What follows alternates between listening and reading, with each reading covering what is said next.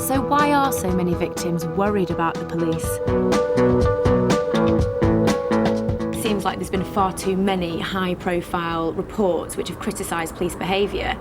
And I'm reading here that the police haven't been taking victims seriously, that rape hasn't been high enough as a priority, rape hasn't even been a priority for the police force, and that there's even a culture of blaming the victim within the police force, which is totally unacceptable.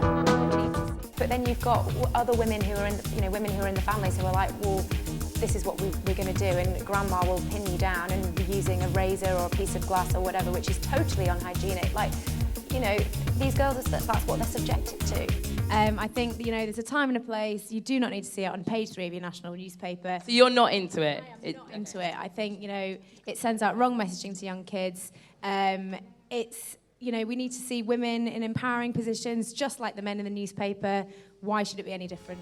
Where would a victim stand? A victim would have to come all the way. Hannah Camplin is a legal expert for rights of women. They support victims going through a trial. Yeah. So the victim is actually a witness? Yes, the victim is the prime witness for the prosecution case, so the first witness that they would call. Okay, so they don't get a lawyer? No, the victim has the Crown Prosecution Service lawyer to represent them, but they don't have a lawyer of their own, if you like. I cannot imagine, you're standing here and you know that someone who attacked you is standing there. I'm with Mark Grimmer, who's the lead designer of the Bowie exhibition. We're on the floor, just like to point that out. Pretty relaxed atmosphere. It's nicely designed for, isn't it? Yeah, it's brilliantly designed for.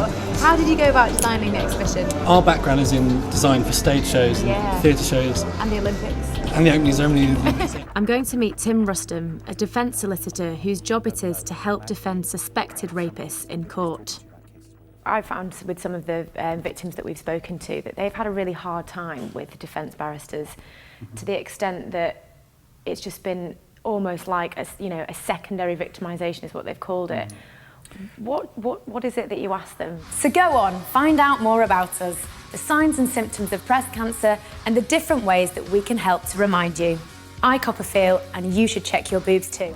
Do you know what really gets me?